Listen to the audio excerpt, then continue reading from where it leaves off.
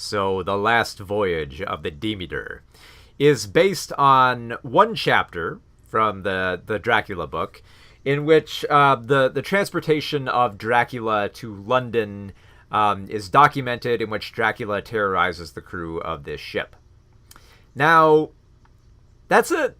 I'll be honest, like, on paper, I like the idea of this film. I like that, you kind of stage it like, kind of like Alien, where, all these characters are trapped on a ship, there's a monster on board, they gotta find a way to survive it, or else, they're all gonna end up dead at sea.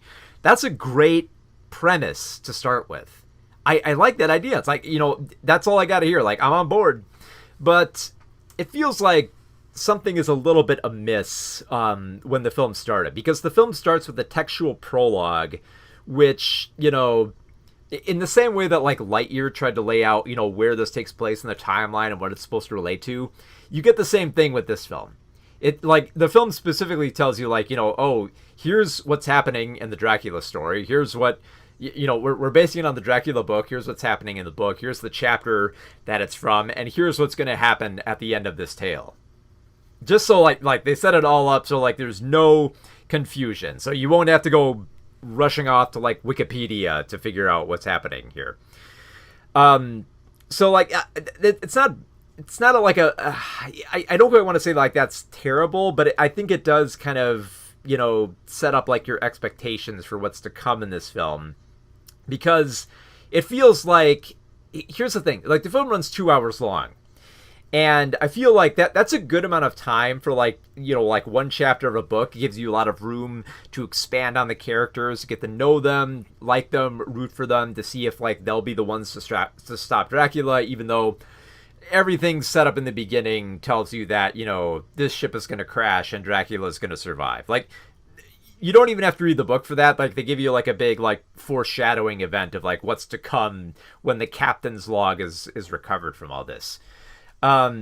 Because I again, on paper, I like what they set up here with the characters. You have Corey Hawkins playing Clemens, a black doctor working on the Demeter, seeking to prove himself, and, like, realizing that he's not as widely accepted, within Europe.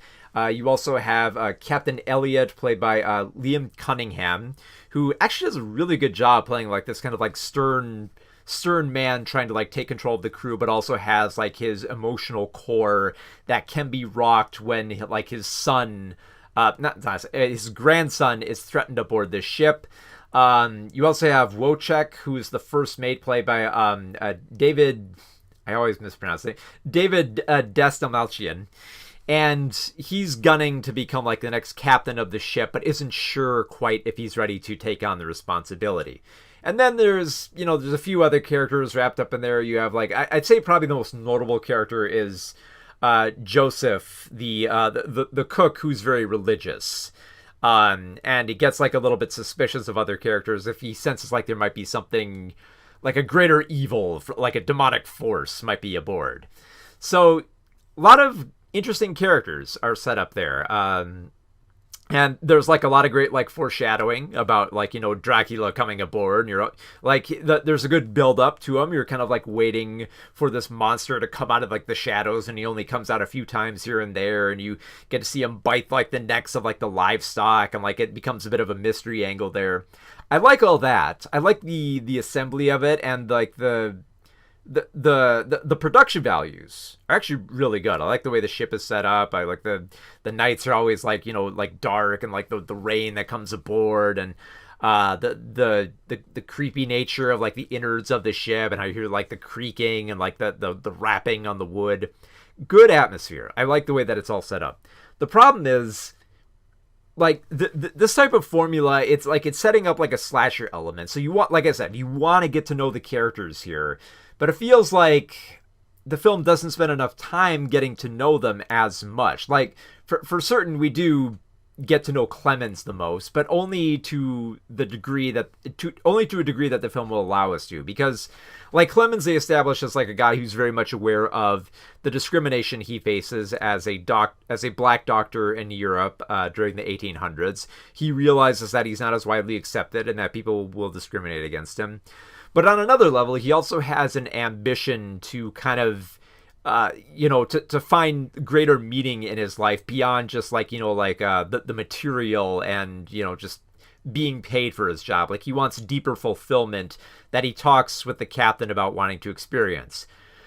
And it's interesting, like on a philosophical level, I like it, but it really feels like it only occupies one conversation and then just gets like shut down through there. So it just kind of like ends on like this, it's rising. It's like, okay, this good conversation, and then it just plateaus. It peters off into like just like this simple platitude about how, man is seeking more out of life, and maybe there's darker secrets we're not supposed to find. Not terrible dialogue, but it's dialogue you want to build on, and you don't get that as much. Like I said, Joseph is interesting for like suspecting people because he's deeply religious, but there's only so far that goes. Wojciech has desires that don't go as fully realized. Captain Elliot has this aspect of like, wanting to settle down in life and wanting to pass on a legacy, but we only get bits and pieces of it in between all like the creepy scenes of like, Dracula lurking in the shadows and eventually coming out as this grotesque bat form that sucks the blood out of everyone aboard. And I will say this, again, another thing that it's a great concept. I like the idea of making Dracula within this film not this force that would charm people, but just being like just this monster that just viciously tears up the entire boat. But on another level, the way that you view him through this film, like the way that they portrayed the character, Dracula could be any monster. Didn't even have to be a vampire.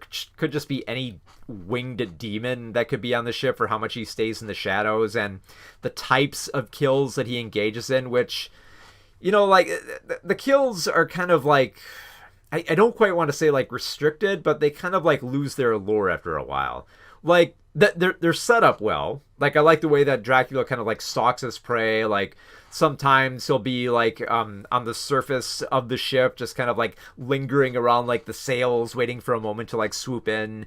In other scenes, like when he's in cabins, like he'll just kind of hide in like the perfect spot within the shadows where like if the light comes through the portal just right, you'll kind of see like his visage in the back there. Good staging and all that. And it's like I said, everything seems like the way that I'm describing it here, like it should work. Like it should be like an exciting, kind of like Alien with like Dracula aboard a ship type of film that, will be exciting for the horror that follows.